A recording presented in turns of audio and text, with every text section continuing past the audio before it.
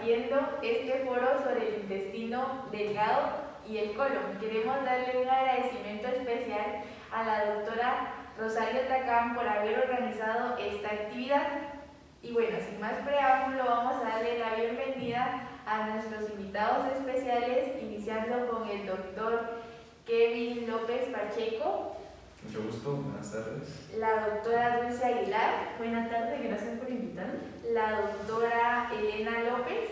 Buenas tardes a todos, gracias por la invitación. Y el doctor Imer Gil. ¿Qué tal? Mucho gusto. Gracias, doctora, por invitarme.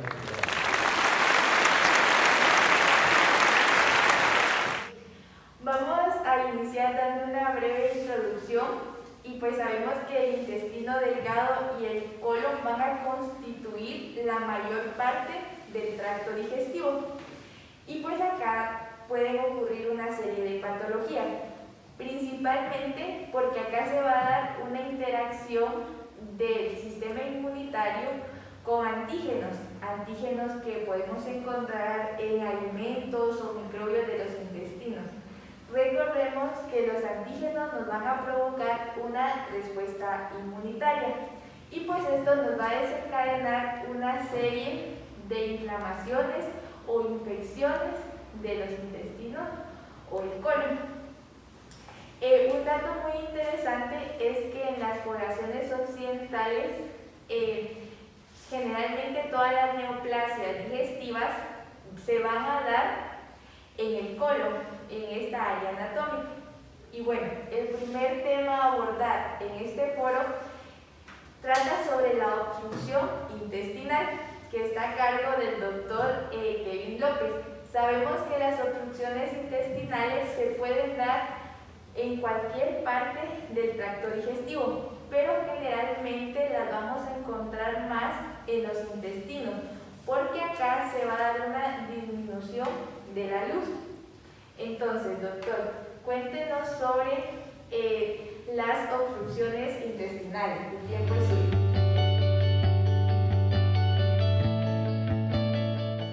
Claro que sí. Antes de pasar al tema de obstrucciones intestinales, pues un punto a resaltar aquí es de que el tubo digestivo va a estar constituido más por el intestino delgado y el colon, por lo que es más propenso a recibir diferentes enfermedades, en este caso una obstrucción intestinal.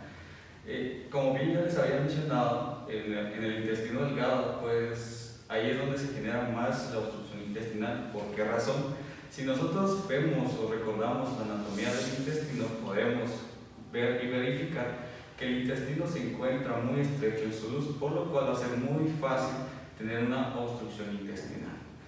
Y por eso hay diferentes causas. En esta tarde les voy a mencionar 4 causas que son las adherencias intestinales, las hernias por un vólvulo o también una invaginación intestinal. Estos en conjunto van a formar un 80% de las obstrucciones mecánicas. Y pues, Mari Carmen, así como en todas las enfermedades hay manifestaciones clínicas, y pues en la obstrucción intestinal vamos a ver en un paciente que tenga una obstrucción, va a tener un dolor intenso, va a haber un estreñimiento y una distensión abdominal. Entrando más a las causas y definiendo cada una de ellas, vamos a hablar un poco de las hernias. En las hernias pues se va a formar un saco, y el saco va a estar producido por ya sea un defecto, una debilidad de la pared que va a crear una protrusión y por lo tanto va a crear el saco peritoneal. Y la obstrucción intestinal se va a crear por protrusiones vesicales, que comúnmente son las hernias externas, y una de las más frecuentes son las hernias inguinales. Y un punto muy interesante de las hernias es de que estas son las causas más frecuentes de obstrucción intestinal en todo el mundo.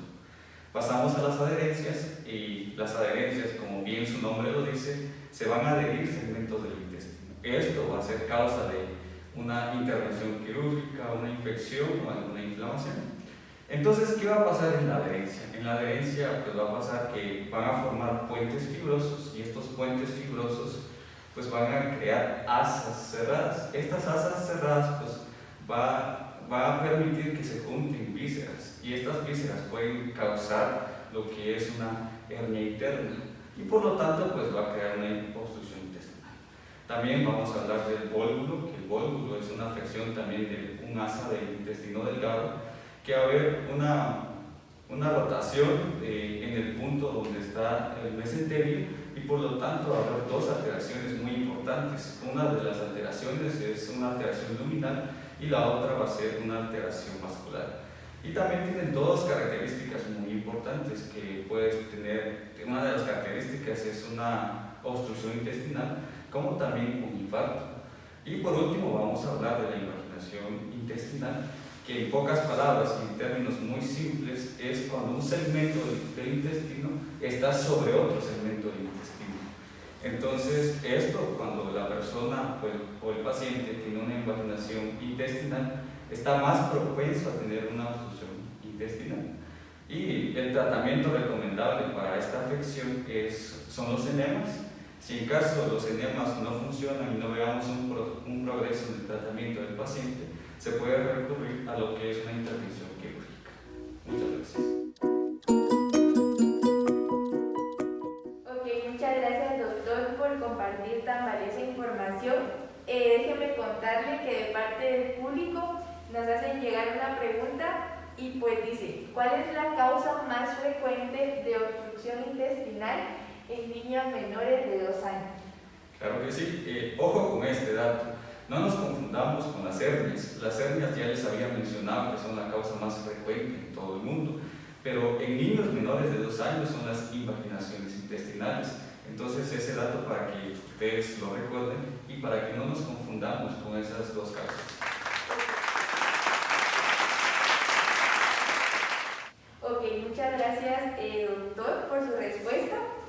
Continuando este foro, queremos pues saber más sobre la enfermedad isquémica intestinal. Sabemos que cuando nos referimos a isquémica vamos a hablar de un estrechamiento o bloqueo de los vasos sanguíneos. Pero ¿a qué nos referimos cuando hablamos de intestinal?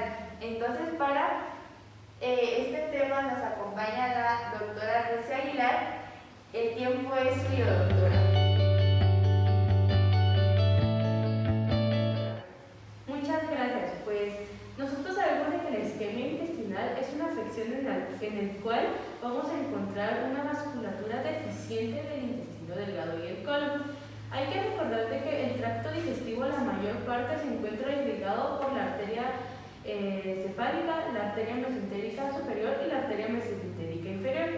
Pues estos cuando se van acercando a la pared del intestino se van ramificando, lo que permite que el intestino delgado y el colon puedan soportar la disminución del riego sanguíneo que va haciendo paso a paso.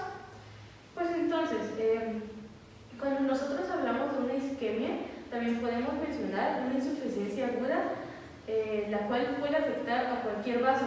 Y cuando esto ocurre, por lo general, vamos a provocar un infarto de los vasos, y este se puede encontrar de diferentes maneras o en diferentes formas, las cuales son un infarto desde la mucosa que no puede llegar más allá de la muscular de la mucosa hasta un infarto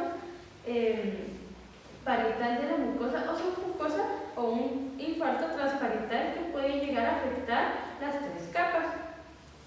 Entonces, como respuesta a esta patogenia, nosotros podemos encontrar que se divide en 2 fases.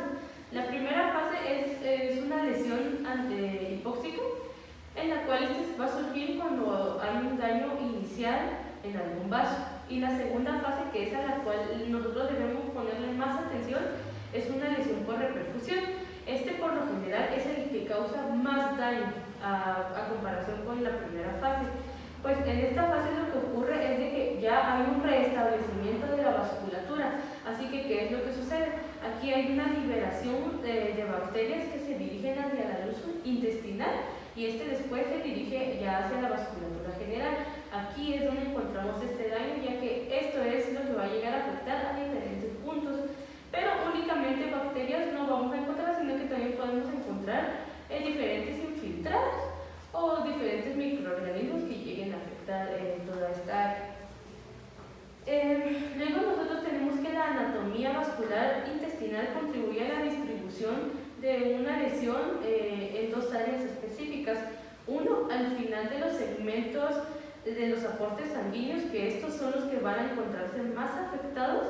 Y dos, los capilares intersticiales que se discurren a lo largo de las glándulas, desde la cripta hasta la parte superior de este.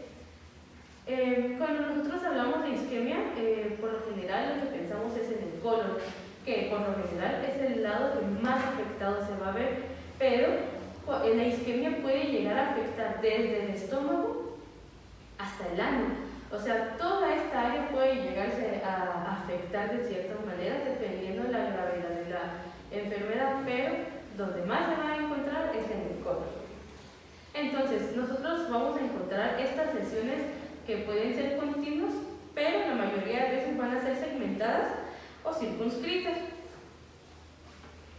Ahora, cuando nosotros observamos el intestino normal a comparación de un intestino isquémico, vamos a encontrar una gran diferencia, ya que este se va a encontrar muy bien delimitado y este intestino isquémico se va a encontrar muy congestionado, lo que va a aumentar su volumen, y el color es lo que nos va a indicar realmente si está isquémico o no. Por lo general va a estar entre un color rojo, púrpura, muy oscuro. Entonces, en el infarto transparietal, por lo general, este está causado por una obstrucción arterial aguda. Y en este puede encontrarse afectada varios metros del intestino, lo que nos puede indicar la severidad de la enfermedad. Esto nos vamos a dar cuenta por lo que había mencionado antes, por las características de este mismo. Entonces, lo que vamos a encontrar en el examen microscópico es que vamos a encontrar una atrofia o un desprendimiento del epitelio, que por lo general va a venir acompañado de algunas criptas. Tanto en la isquemia aguda como crónica, si este se ve sobreinfectado por algunas bacterias o por enterotoxinas, este va a causar la formación de pseudomembranas, en lo cual puede dificultarnos el tratamiento y puede empeorar el estado del paciente. Ahora, hablando a nivel de la población, esta enfermedad por lo general se da en personas mayores de 70 años y se ven más afectadas las mujeres que los hombres. Por lo general, el 10% de la población con isquemia intestinal necesita una intervención quirúrgica, pero con un adecuado tratamiento que tiene que ser en los primeros 30 días con anticoagulantes, la mortalidad de la isquemia disminuye hasta un 10%. También las lesiones isquémicas pueden presentar diferentes formas subagudas o agudas, en las cuales encontramos que una zona ilimitada de infartos, también una isquemia crónica, una infección por citomegalovirus, una enterocolitis por radiación y una enterocolitis necrosante. Gracias. Bueno, muchas gracias, doctora, por la información. Creo que la enfermedad isquémica intestinal no es una enfermedad muy común en nuestro medio. La doctora mencionaba que se da a mayores de 70 años. Y pues creo que escuchar o investigar sobre ella es un tanto tedioso, pero gracias por explicarla de una manera muy entendible. Y pues el público pregunta que qué manifestaciones clínicas vamos a tener en una isquemia aguda del colon.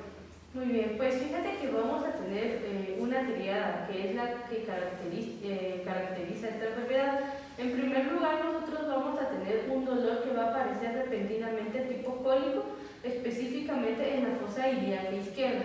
Como segundo lugar, nosotros vamos a encontrar en el paciente un deseo demasiado grande de ir al sanitario.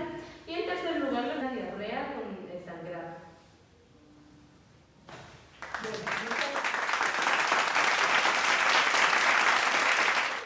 Que nos va a hablar sobre la angiodisplasia.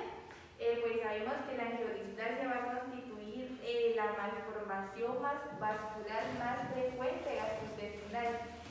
Entonces, cuéntenos, doctora, ¿qué nos puede hablar sobre esta enfermedad? Agradezco la pregunta. Fíjate que este es un tema relativamente pequeño y explica en algunos pasos muy sencillos.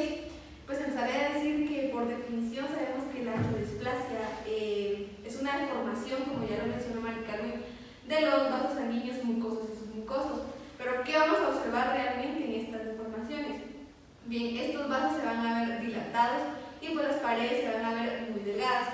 Esto pues tiende a encontrarse con mayor frecuencia en el ciego y en el colon ascendente. Y pues llama la atención clínica tanto del personal médico como de la población después de la sexta década de vida aproximadamente. Y pues tiene una prevalencia relativamente baja. Representa alrededor del 1% en la población adulta, pero pues es causante de hasta un 20% de las hemorragias agudas intestinales bajas. Y pues esta también puede tener ciertas variaciones. Podemos encontrar estas angiodisplasias de una manera crónica e intermitente hasta una de manera aguda y copiosa. Pues sabemos, y recordando un poquito, las hemorragias copiosas son aquellas que no cesan y pues por lo cual el paciente pues, puede morir por desangración, ¿verdad? En cuanto a la patogenia, pues cabe recalcar que no existe una establecida como tal, pero pues ciertas bibliografías nos explican de que esta patogenia puede estar relacionada a ciertos factores mecánicos y congénitos. Bien, entonces en un proceso normal de distensión y de dilatación de las venas puede ocurrir una oclusión de las venas mucosas. Y esto lo que va a provocar es de que estos penetren a través de la muscular propia de estas estructuras. Y esto en sí es lo que provoca la dilatación y la tortuosidad de los vasos sanguíneos mucosos y submucosos. En cuanto a la morfología, podemos encontrar que estas las vamos a observar como nidos sectásicos de venas, vénulas, capilares tortuosos. También se nos menciona de que la vasculatura de estas estructuras se encuentran separadas de la luz intestinal solamente por una delgada capa. Esta pues representa en sí pues, la capa que rodea a estas estructuras y también por ciertas células epiteliales muy delgadas. Y pues debido a esta poca protección o a esta poca mecanismo como que de defensa y de barreras, estas se van a ver muy propensas y pueden quedar expuestas así a rupturas. Inclusive puede darse estas rupturas cuando la lesión pues no es como muy peligrosa o sea una lesión muy fuerte. Estas se pueden ver dañadas y pues puede provocar un daño. Bueno, muchas gracias, doctora, por la información. Bueno, usted mencionaba que la zona más frecuente o tiene una mayor selectividad en el ciego. Entonces el público pregunta por qué tiene una mayor selectividad acá. Esto tiene una mayor selectividad en el ciego porque esta es la porción del colon que tiene un mayor diámetro. Entonces, al tener un mayor diámetro, esto va a producir una mayor tensión parietal. Y pues esta tensión nos explica en sí el por qué la selectividad de las angiodisplasias en estas partes específicas, ¿verdad?, del colon.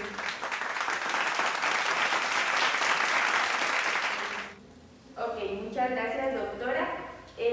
Bueno, para continuar este foro tenemos ahora la participación del doctor Hip, que él nos viene a hablar sobre la mala absorción y la diarrea, que creo que es un tema pues muy común en nuestro medio, esta enfermedad. Entonces, doctor, el tiempo es Carmen, muy amable por invitarme a tu programa y estar compartiendo con mis colegas en este panel y, por qué no decirlo, a la audiencia que está acá y la que nos puede observar en esta plataforma. Cabe mencionar que, como tú habías dicho bien, la mala absorción es un problema en el cual realmente es la deficiencia o la mala adquisición en sí de reabsorber esos nutrientes, ¿verdad? Esos nutrientes que podemos encontrar en un alimento, como por ejemplo estas proteínas, algunas vitaminas lipo e hidrosolubles, hidratos de carbono, también electrolitos y pues minerales en sí. Y también, ¿por qué no decirlo?, el agua en sí. Generalmente esta mala absorción, una de sus formas pues, características es un problema que se lleva a cabo por el exceso de grasa en las heces. Estas heces pueden presentar espuma y pueden ser amarillentas o de color arcilla. A esto pues le llamamos esteatorrea, ¿sí? A esta patología en sí, esteatorrea, quiere decir de que son heces abundantes con mucha grasa, espuma y pues sobre todo son amarillentas. En Estados Unidos, y por qué no decirlo a nivel mundial, se encuentran varias enfermedades que han venido a causa de una mala absorción, como por ejemplo una enfermedad celíaca o una enfermedad por una obstrucción de la vesícula biliar, que más adelante pues, les estaré ampliando. La absorción en sí presenta prácticamente 4 fases, ¿sí? Son 2 digestiones y 2 transportes. La primera es una digestión intraluminal. En esta digestión intraluminal lo que podemos observar es la correcta desintegración, descomposición de lo que son hidratos de carbono, proteínas, lípidos. Eso es la digestión intraluminal. En la digestión terminal, pues prácticamente lo que va a ocurrir ahí es una hidrólisis, ¿sí? Vamos a hidrolizar prácticamente todos los hidruros de carbono y todo lo que son los péptidos. En el transporte, muy bien, tenemos el transporte transepitelial, o sea, todo el transporte que se hace en todo el trayecto del epitelio, nutrientes, estamos hablando de electrolitos, ¿verdad? Todo eso que se va a ir encaminando y por decirlo así, como para que el público entienda, como que caminando en toda el epitelio, toda la parte de nuestro cuerpo. Y de ahí tenemos un transporte linfático. Este transporte linfático quiere decir como la absorción prácticamente de los lípidos en sí. Si de estas 4 fases que les acabo de mencionar, por lo menos una está afectada, eso quiere decir que obviamente el paciente va a tener una mala absorción de las 4 que les mencioné. Ahora pongamos un ejemplo. Si obviamente un paciente o una persona tiene un déficit de vitaminas y minerales, pues obviamente le va a dar una anemia. Si un paciente pues, tiene un déficit de vitamina K, pues puede producirle una hemorragia. Como por ejemplo, si tiene un déficit de vitamina B12, de vitamina A, pues puede obtener una neuropatía. Y, ¿por qué no decirlo? Las personas pues, que no consumen mucho calcio, pues obviamente tienden a desarrollar una enfermedad que se llama osteoporosis, ¿sí? Ahora bien, con las diarreas, pues como bien, las diarreas cabe mencionar que una diarrea es aquel aumento de masa, ¿sí? Es un aumento de la fluidez prácticamente de las heces, ¿sí? Estas van a tener, generalmente van a ser normalmente mayores a 200 gramos al día. Si hay una malnutrición, lo que les explicaba, y una secreción de lo que es el intestino delgado, pues obviamente al unir las dos, una secreción y una mala absorción, pues vamos a tener una diarrea. Hay personas pues, que tienden a tener diarrea con dolor y diarrea con poco volumen de sangre, pues. Entonces a esta patología en sí se le llama disentería. La diarrea pues, se puede clasificar con 4 tipos, ¿sí? Está la diarrea secretora, está la diarrea osmótica, está la diarrea por una mala absorción y la diarrea exudativa.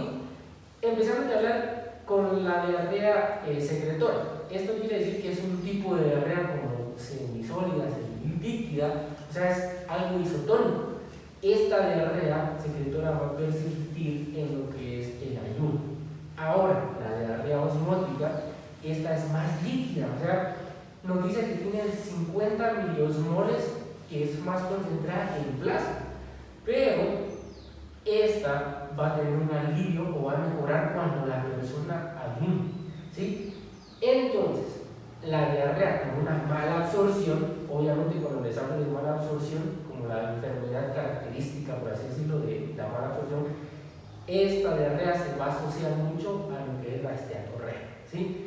Esta va a tener un alivio el paciente, va a presentar mejoría pues, cuando tenga ayuno, ¿sí? Y de último está la diarrea exudativa. La diarrea exudativa nos dice que pues, obviamente es un material purulento, ¿sí? Algo que tenga pus. Entonces las heces van a tener pus, pero a diferencia de las anteriores, esta va a persistir durante el ayuno, o sea, aunque la persona ayune, pues va a seguir con esa afección. Cabe mencionar que una de las enfermedades que les comenté con anterioridad, la enfermedad celíaca. En algún momento, pues tal vez algunos pacientes que nos están observando pues, han tenido o tienen esta enfermedad.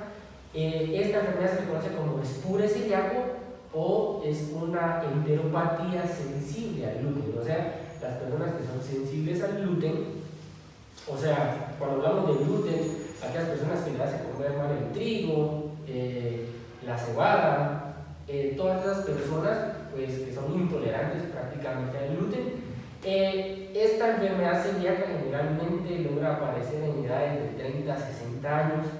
Es una enfermedad que ha tenido mucho auge con el paso de los tiempos, de los años. Estamos hablando que afecta más o menos a 0.6 a 1% de la población en el mundo. Se puede diagnosticar más en mujeres en el sexo femenino por la causa de la menstruación.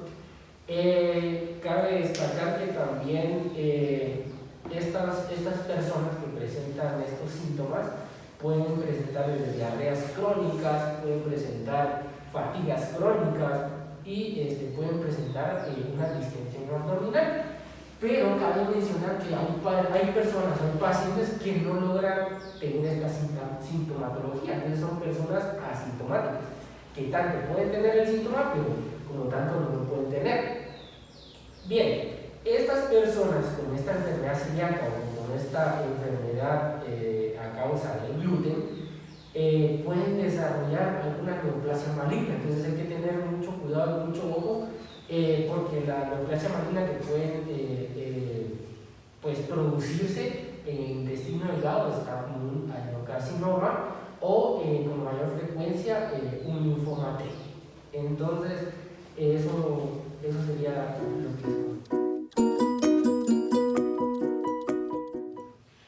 Muchas gracias, doctor. Me parece muy interesante.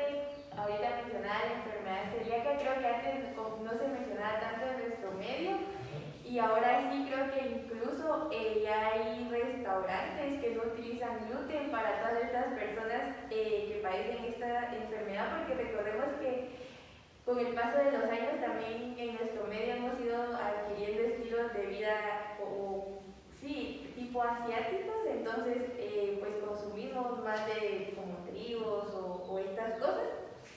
Pero bueno, el público tiene una pregunta y dice, si tenemos una diarrea muy grave, ¿de cuánto volumen estamos hablando de que vamos a perder? Mucho cuidado con este dato, es muy buena pregunta. Pues generalmente pues, podemos decir que una diarrea crónica pues, va a empezar a hacer sus volúmenes mayores a lo que son 14 litros de excreciones al día. Pero hay que poner mucho cuidado, como digo, porque las personas, los pacientes que tienen mucha diarrea, pues se tienen que hidratar. El paciente o la persona que no se rehidrate, no se hidrate, prácticamente puede causarles la muerte. Entonces, tenemos que tener mucho cuidado con las excreciones.